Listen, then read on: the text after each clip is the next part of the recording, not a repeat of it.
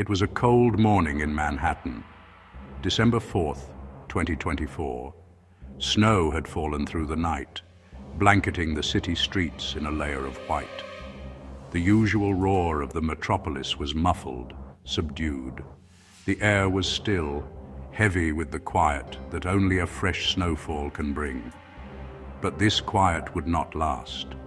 On a sidewalk in Midtown, the heart of the city's ceaseless ambition, the silence was about to be broken.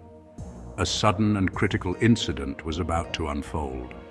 It was both meticulously planned and brutally simple. It was an event that would send tremors through the corridors of corporate power and ignite a debate across the nation. The city woke to the familiar sounds of sirens. Flashing lights painted the fresh snow in strobing blues and reds. Yellow tape cordoned off a scene of methodical chaos. A man was later discovered. He was not just any man. He was Brian Thompson, the CEO of United Healthcare, one of the largest and most powerful corporations in America. He was fatally targeted. The attack was precise, deliberate. It was less a crime of passion and more a calculated act. Detectives moved with purpose, their breath pluming in the frigid air. They documented, they measured, they collected. The city, a silent witness, held its breath as the gears of a massive investigation began to turn. The initial findings were chillingly specific. The cartridge casings recovered from the scene were not ordinary. Etched onto the brass were single words: delay, deny, depose. These were not random inscriptions. They were a message. They echoed the title of a book critical of the insurance industry: Delay, Deny, Defend. This was not a robbery gone wrong. It was a statement. The killer wanted to be understood. The act itself was a form of communication, a distressing footnote to a larger argument. The motive, it seemed, was embedded directly into the tools of the crime, a declaration of war against a system. Within days, an arrest was made. The suspect was a young man named Luigi Mangione. He was 26 years old. He did not fit the typical profile of a cold-blooded killer. His background was one of privilege and intellect. He was an Ivy League-educated engineer. What could drive such a person to commit such an act? The answer, investigators believed, lay inside a small red notebook recovered during his arrest. Its pages were filled with his thoughts, his grievances, his plans. The notebook would become a central piece of evidence, a window into a mind that had declared a personal war on the American healthcare system. The case presented a stark and unsettling dichotomy. On one side, Luigi Mangione, the Ivy League suspect, a product of elite education, a man who seemed to have every advantage. On the other, the corporate machine. Brian Thompson, the CEO, was the human face of a multi-billion-dollar global entity. The conflict was not just between two individuals. It was a collision of worlds. It was the lone, radicalized intellectual against the vast, impersonal system. Mangione's diary entries, later revealed in court filings, framed the conflict in exactly these terms. He wrote that the target is insurance. The system itself was the enemy. The legal battle that followed was as complex as the incident itself. Mangione was initially indicted on a raft of charges at both the state and federal level. The allegations included murder, terrorism, stalking. The prosecution built a case around the idea of a premeditated political attack. They pointed to Mangione's surveillance of the CEO the night before the tragedy. They highlighted his detailed notes and his focus on influencing the court of public opinion. The stakes were immense. The federal charges carried the possibility of the death penalty, a punishment reserved for the most heinous of crimes. The government was sending a clear message. This was not just a crime resulting in loss of life. It was viewed as an attack on the social order. But the path to justice is rarely straight. On September 16th, 2025, a New York State judge dismissed the terror-related charges. though the core charge of second-degree murder remained. Then, in a more significant turn, a federal judge stepped in. On January 30th, 2026, U.S. District Judge Margaret Garnett ruled that Mangione would not face the death penalty. She dismissed the federal murder charge, arguing that under Supreme Court precedent, the crime did not legally qualify as a crime of violence in the way the statute required. The legal foundation of the government's case began to shift, narrowing the scope from a federal crime of terror to a state-level trial. This case forces us to confront difficult questions. It is a story about a crime, but it is also about the anger simmering beneath the surface of modern life. It raises profound issues about motive versus method, about individual grievance versus corporate power. How does the justice system handle a crime that is also a political statement? The public was deeply divided. A poll found that while most Americans viewed Mangione unfavorably, a significant minority, especially the young, saw him in a more sympathetic light. This is the story of that division. It is an exploration of a dark and deliberate act and the unsettling questions it left in its wake. The night of December 3rd, 2024, fell over Manhattan with a sharp, biting cold. The city was a constellation of electric light against a deep winter sky. For most, it was just another Tuesday evening, a rush of commuters heading home, tourists gazing at the holiday displays. But for Luigi Mangione, it was the final dress rehearsal. Prosecutors would later piece together his movements from a web of digital ghosts, fleeting images captured by the city's unblinking eyes. Just before 8 p.m., a figure matching his description was seen on surveillance footage, a solitary silhouette walking with a distinct purpose. Near the New York Hilton Midtown, he was not a tourist, he was on a mission. His intended subject was just a few hundred feet away. At the hotel, Brian Thompson was attending a United Healthcare investor conference. Thompson was a man of routines, of schedules, of a life lived in the public eye. This predictability made him vulnerable. Mangione, according to prosecutors, had studied these patterns.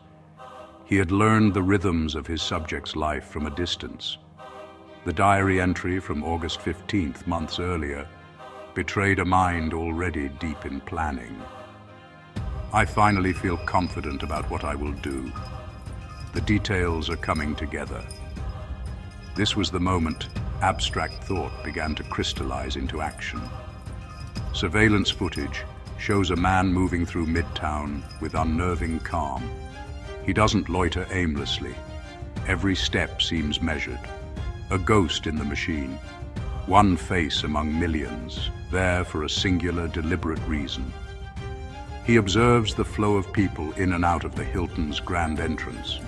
He notes the security, the black cars idling at the curb, the hotel staff, and the ecosystem that supports a man like Thompson.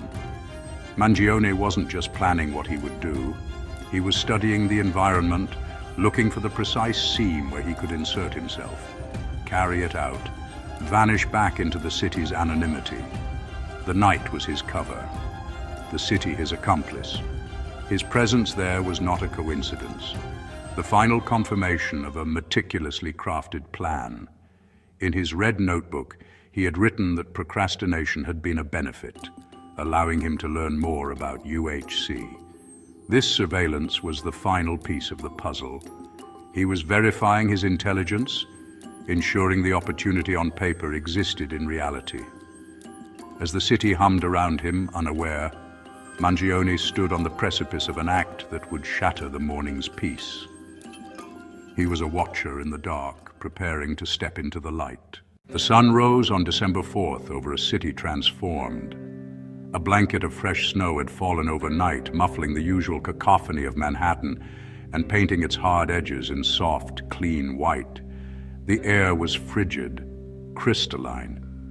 For a few brief hours, the city seemed pure, almost peaceful. But beneath this serene veneer, the gears of a meticulously planned event were already in motion. Luigi Mangione was on his way back to Midtown. This time he was not just carrying his knowledge and his convictions. He was carrying a weapon, a tool he believed would deliver his message more forcefully than any words in his notebook ever could. Witnesses would later recall the morning's atmosphere. The snow slowed everything down. People walked more deliberately, their heads bent against the cold. The usual hurried pace of a New York morning was replaced by a more cautious rhythm. It was into this scene that Mangione inserted himself. He was dressed for the weather in layers that would not only protect him from the cold, but also help him blend in. A hat, a scarf, a heavy jacket, the uniform of any New Yorker on a winter day. He was hiding in plain sight, his deadly intent masked by the mundane necessity of staying warm. His invisibility was his greatest asset. Brian Thompson's day began like any other. The conference was set to continue. As the CEO of a major corporation, his schedule was precise, his movements predictable. He would leave the Hilton Hotel and walk the short distance to his next engagement. It was a routine he had likely performed countless times in cities all over the world. This very predictability, the bedrock of a structured corporate life, was the vulnerability Mangione had identified and planned to exploit. Thompson was moving along a set track, unaware that someone had laid a trap on the path ahead. The system that protected him also made him a target. Mangione positioned himself along Thompson's expected route. He waited. The patience he exhibited was chilling. There was no sign of agitation, no nervous energy that might draw attention. He was just another person on a cold street corner, waiting for a light to change, waiting for a friend, waiting for something. But he was waiting for a specific man at a specific time, in a specific place.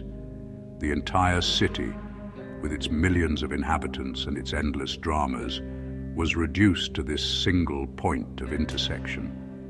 The snow continued to fall lightly, each flake a silent witness to the final moments before the morning's peace was irrevocably shattered. The moment arrived with unsettling efficiency. As Brian Thompson walked along the snow-dusted sidewalk on West 52nd Street, a figure stepped forward.